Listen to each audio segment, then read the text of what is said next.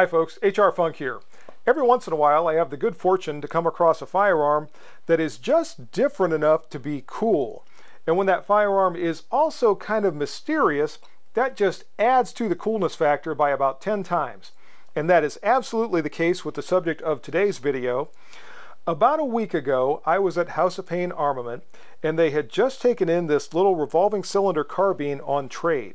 Now, not only is the fact that it's a revolving cylinder carbine kind of unusual, but this is also a convertible. It has interchangeable cylinders for both .22 long rifle and .22 Winchester Magnum rimfire ammunition. And the more I looked at it, the more interesting I thought it was. And the only real conspicuous marking on this firearm is the Taurus logo on the side of the frame. And you'll see this in a little while when I take a close-up view.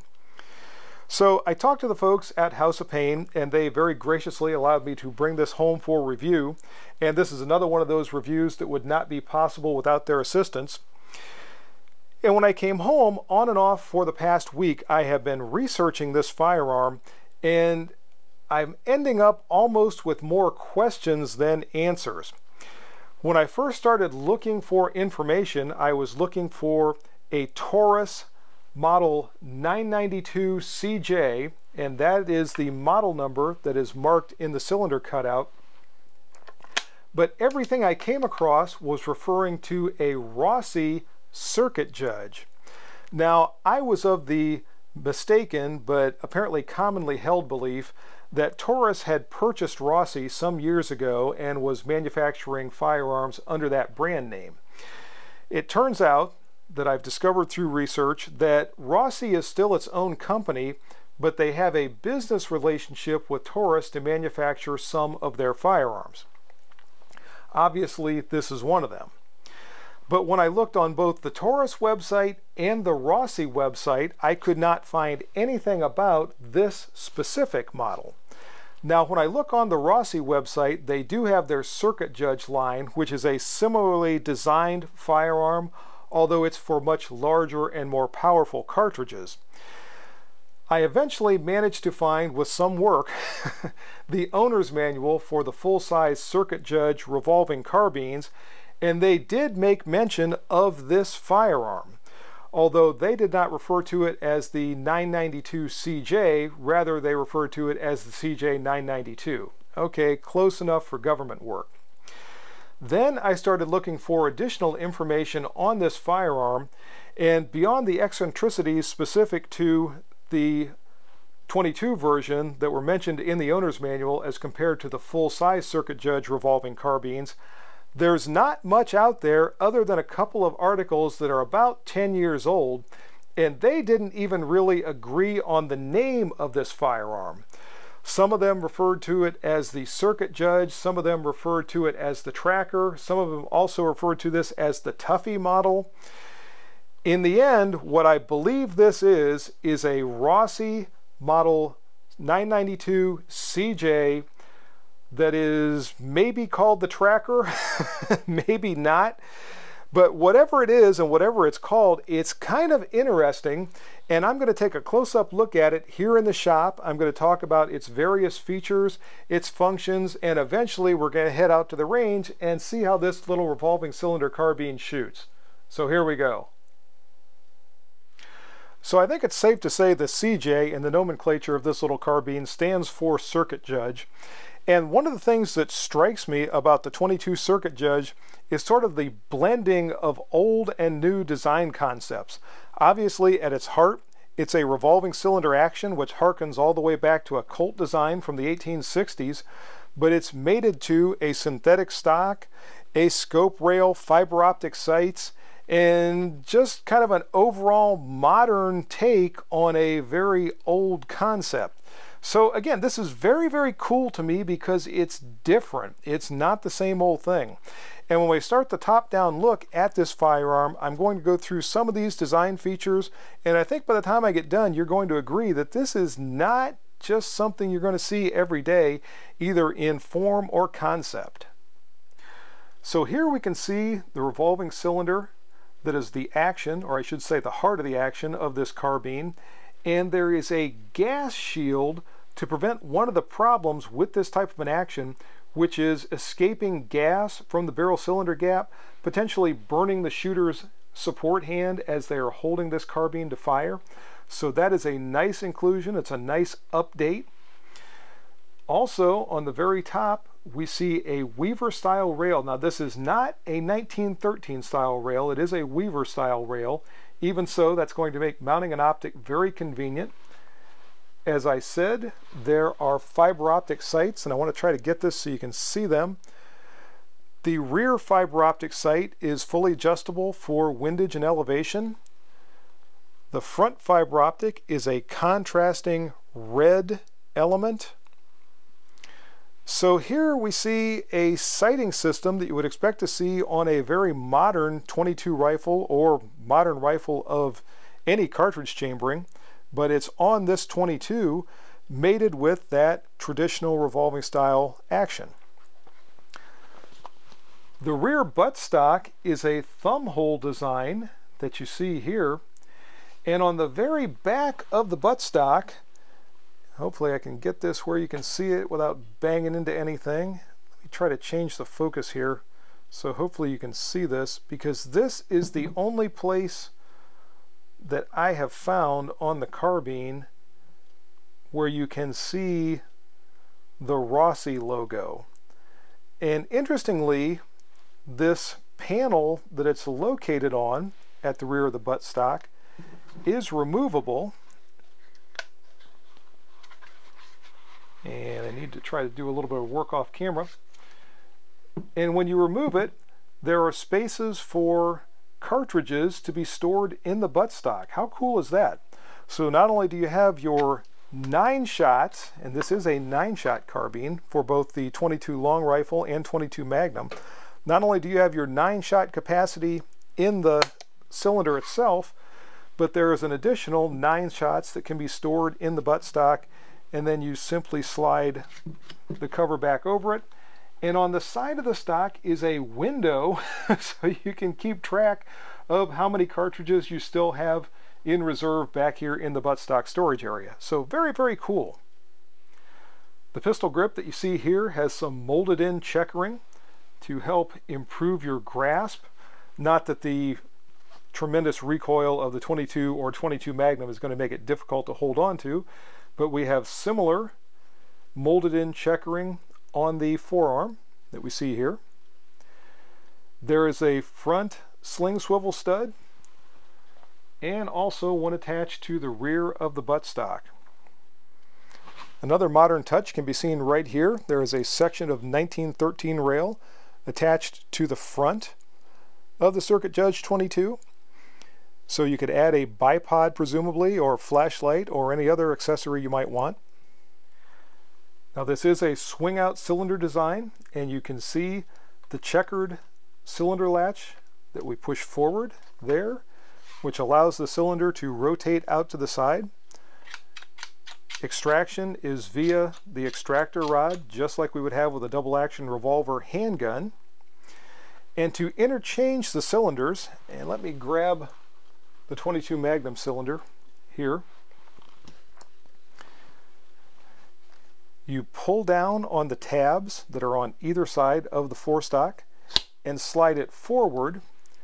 At this point, there is a button on this side of the frame, right here just above the front of the trigger guard, that has to be pushed in, and the cylinder itself has to be raised to about the halfway point between fully open and fully closed. And you push that button and the cylinder slides right out along with the yoke. The replacement cylinder then is inserted in a similar way, and the forearm slides back into place just like that and locks into position. So cylinder changes are really accomplished in a matter of a couple of seconds. In fact, if I was not doing it on camera right now, it would have been even faster than you just saw. One thing that occurs to me with all the thought and design work that went into this stock, I'm surprised that there is not a compartment for storing the spare cylinder that you're not using.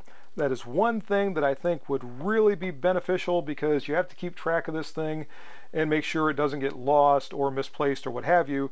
If you could store it right on the firearm itself and always have it there, then you would always know where it was. So just a little surprised that that was not an included feature in this stock design.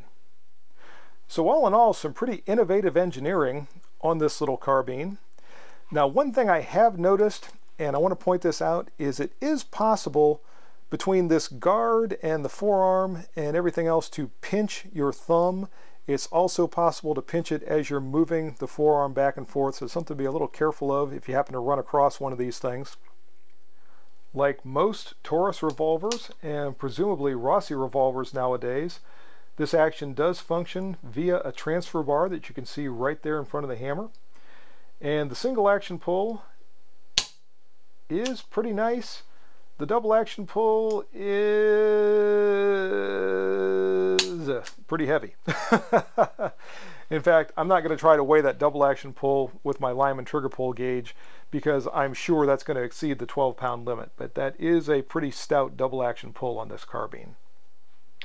One thing I was able to get from the owner's manual are the dimensions for the Circuit Judge 22.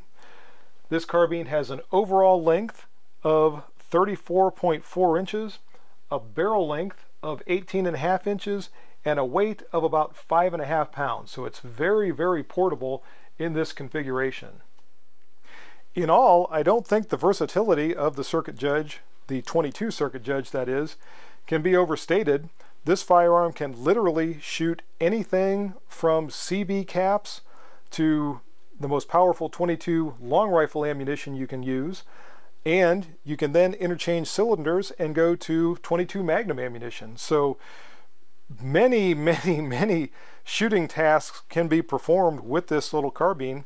It can even fire shot shells, which might cause problems with modern semi-auto 22s or what have you. So for anything from teaching a new shooter to keeping pests out of your garden to even in a pinch pressed into home defense duties. Now, as always, I throw in my disclaimer, 22 is not the best home defense cartridge, but it's better than nothing. But 22 Magnums, on the other hand, I would definitely not want to get hit with one of those. So a wide range of applications for this little firearm. And for the life of me, I cannot determine if it's still in production. I don't think it is, but again, that's one of the mysterious qualities that I associate with this firearm because I just can't find out much about it. Folks, that's going to do it for the up-close shop review of our enigmatic little Rossi CJ Model 992. Now let's head out to the range and see how it shoots. And I've arrived out here at the range with the Rossi Circuit Judge. In just a few minutes, I'm going to start to do some shooting with it. Prior to coming out here, I did mount this Simmons 4-power scope. I bought this back in the early 90s and probably spent all of about $50 on it. And it's really been a good scope over the years. It's just about the perfect 22 setup with a fixed 4-power. And I think in this configuration, the Rossi Circuit Judge would be just about perfect for small game use or pest control or what have you. I think with the convenience of the rail on the top strap of this firearm, mounting a scope like this is kind of a no-brainer. Now, one thing I did have to do in order to mount the scope was to lower the rear sight because in its original position here toward the top of the ramp, there was not enough clearance for the scope tube to be able to be mounted there properly. So I moved the rear sight down, put the scope in place, and I've got a variety of different 22 ammunition out here that I'm going to be trying out to see what kind of accuracy we can get from it. I am set up at a distance of 25 yards. And first up, I've got some CCI bulk pack 40 grain 22 long rifle ammunition. Let's cut to the chase and see how this shoots.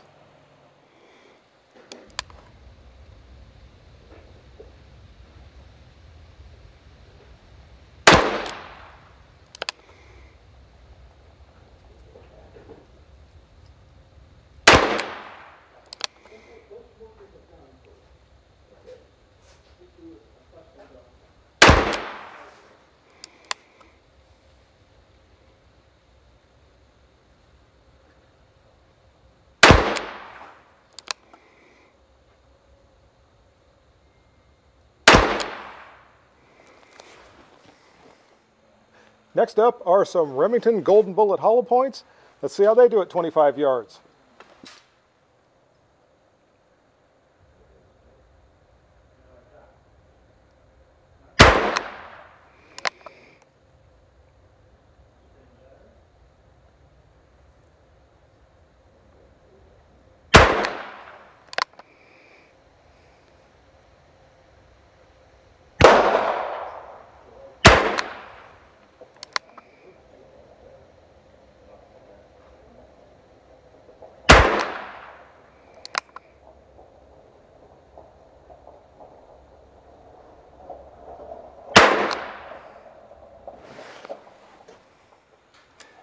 And next I'm going to try some Federal bulk pack. This is 40 grain lead round nose bullet ammunition. Let's see how it does.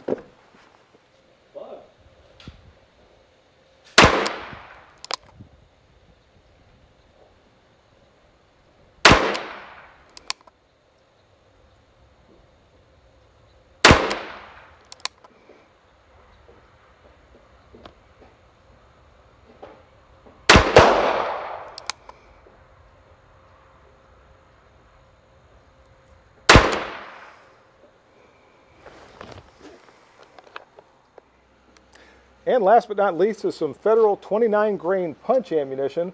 It'll be interesting to see if this light bullet has a different point of impact than the heavier ones that I've been shooting so far.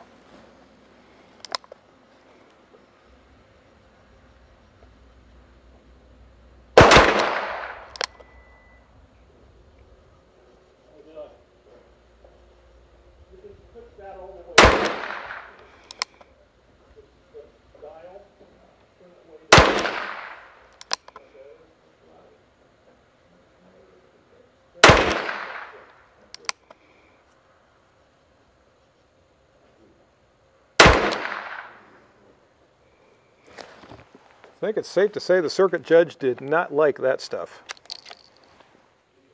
And I've now switched over to the 22 Magnum cylinder. And next up is going to be some CCI 40 grain Maxi Mags. I'm going to be trying these at 50 yards, and I have not changed the setting on the scope. So it'll be interesting to see how much difference there is, if any, in the point of impact between the standard 22 rimfire ammunition at 25 yards and the 22 Magnum ammunition at 50 yards. So let's find out.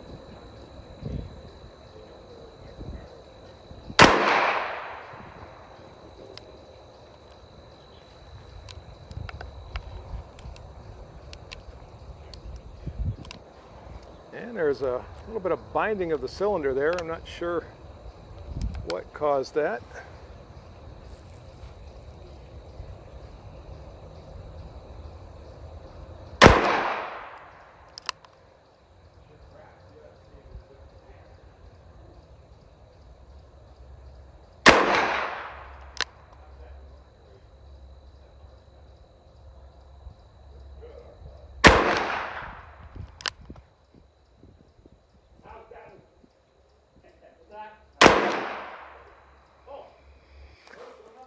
All right, those 5 are downrange. There was no cylinder binding after that first shot. Maybe I just didn't get it quite installed properly or locked into place when I closed it up. Anyway, let's go pull that target and see how they did. So my very first shot went low down here. Everything else is about in an inch and maybe quarter center to center. And I'm wondering if this might have been, since it was the first shot after firing that 22 ammo, if something about the jacket material, or if 22s don't actually have jacket, maybe the copper material or lead or what have you in the barrel might have affected that very first shot, and everything else then wasn't looking too bad. So unfortunately, I've got a lot of people out here shooting today. I would like to repeat this test, but I don't think I'm going to be able to. So folks, what I've done is move to a different range where there are no other shooters, and the first thing I want to do here is retest the accuracy of the 22 Magnum ammunition. The only problem is this range has a maximum distance of 25 yards.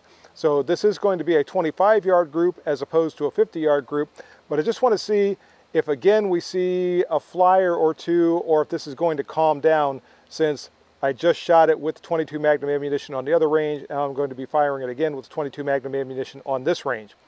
One thing I do want to mention that I noticed while I was shooting this 22 Magnum ammo is I'm getting a lot of blast coming back in my face, presumably from the barrel cylinder gap, and it's not particularly pleasant. I did not experience that at all with the 22 ammunition, the rimfire ammunition, but I definitely am noticing it with the Magnum ammunition. So now let's take another look at that accuracy with 22 Magnum ammo and see what it looks like this time around.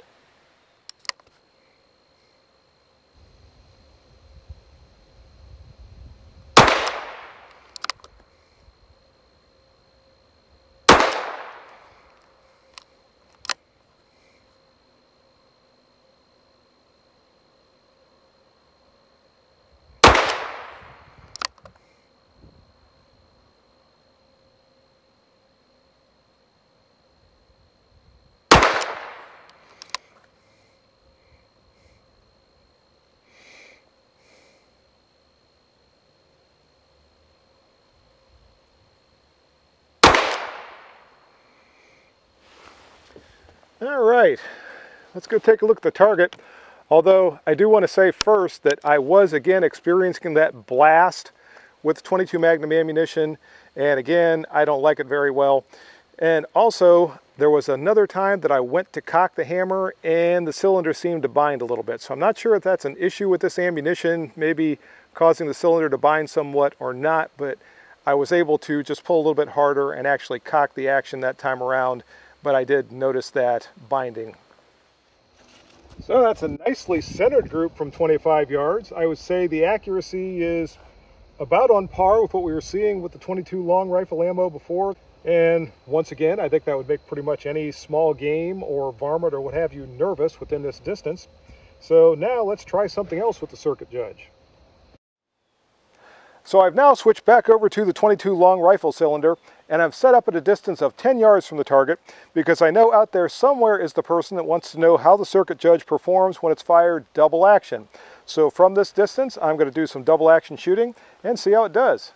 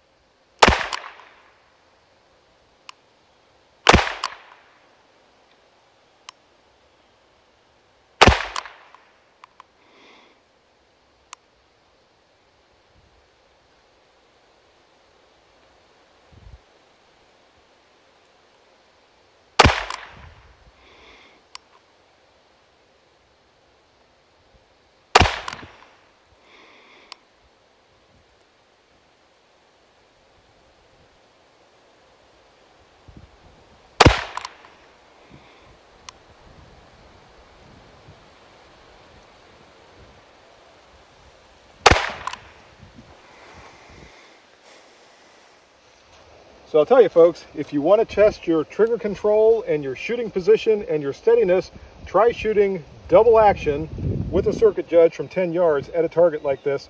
The shot that you see that went low down here, I again felt that hitch in the action and I had to squeeze harder to get past that to get the cylinder to turn and the hammer to fall, and that caused that shot to hit low. The rest of those from 10 yards, with the exception of that one that went a little bit high, are in about an inch. So it's definitely shootable in double action. It's not particularly easy or pleasant, but it can be done. Time for some serious business, folks. A couple of water bottle desperados just showed up on the scene. I'm going to take them both out. The first one is going to get a 22 long rifle. The second one will get a Magnum.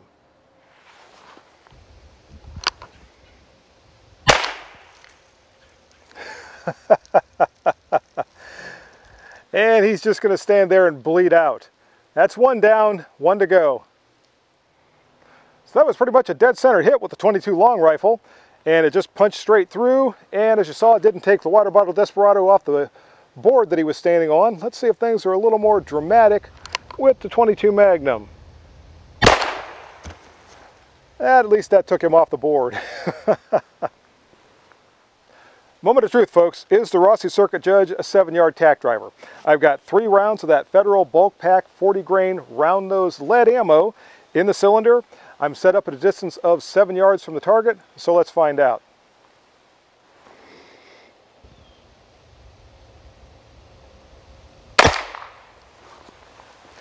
Low on the first shot. And I might be getting a little bit of offset from the scope, so I'll aim just a little bit higher this time.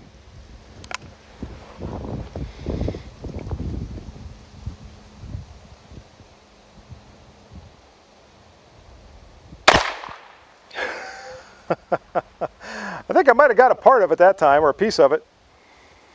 So I'll go just a little bit higher yet for shot number 3.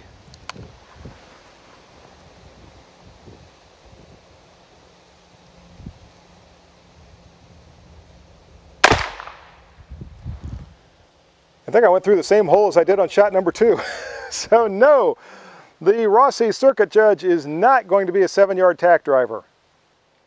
Folks, that's pretty much going to do it for my range test of the Rossi Circuit Judge. Now let's head back to the shop for my final thoughts. So final thoughts, folks, on the Taurus Rossi CJ992, 992 CJ Tracker Tuffy, whatever it's called, and whoever makes it.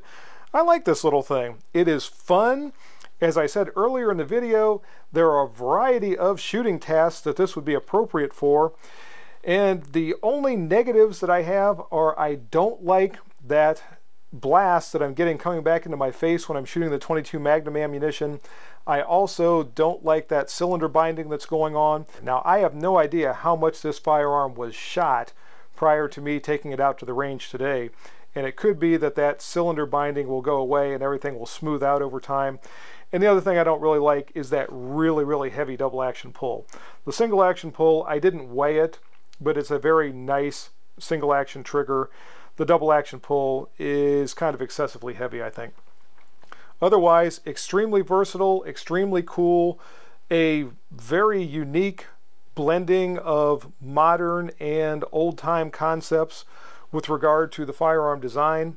And again, I just really kind of like the thing. And that's going to do it for the video today. I hope you enjoyed it.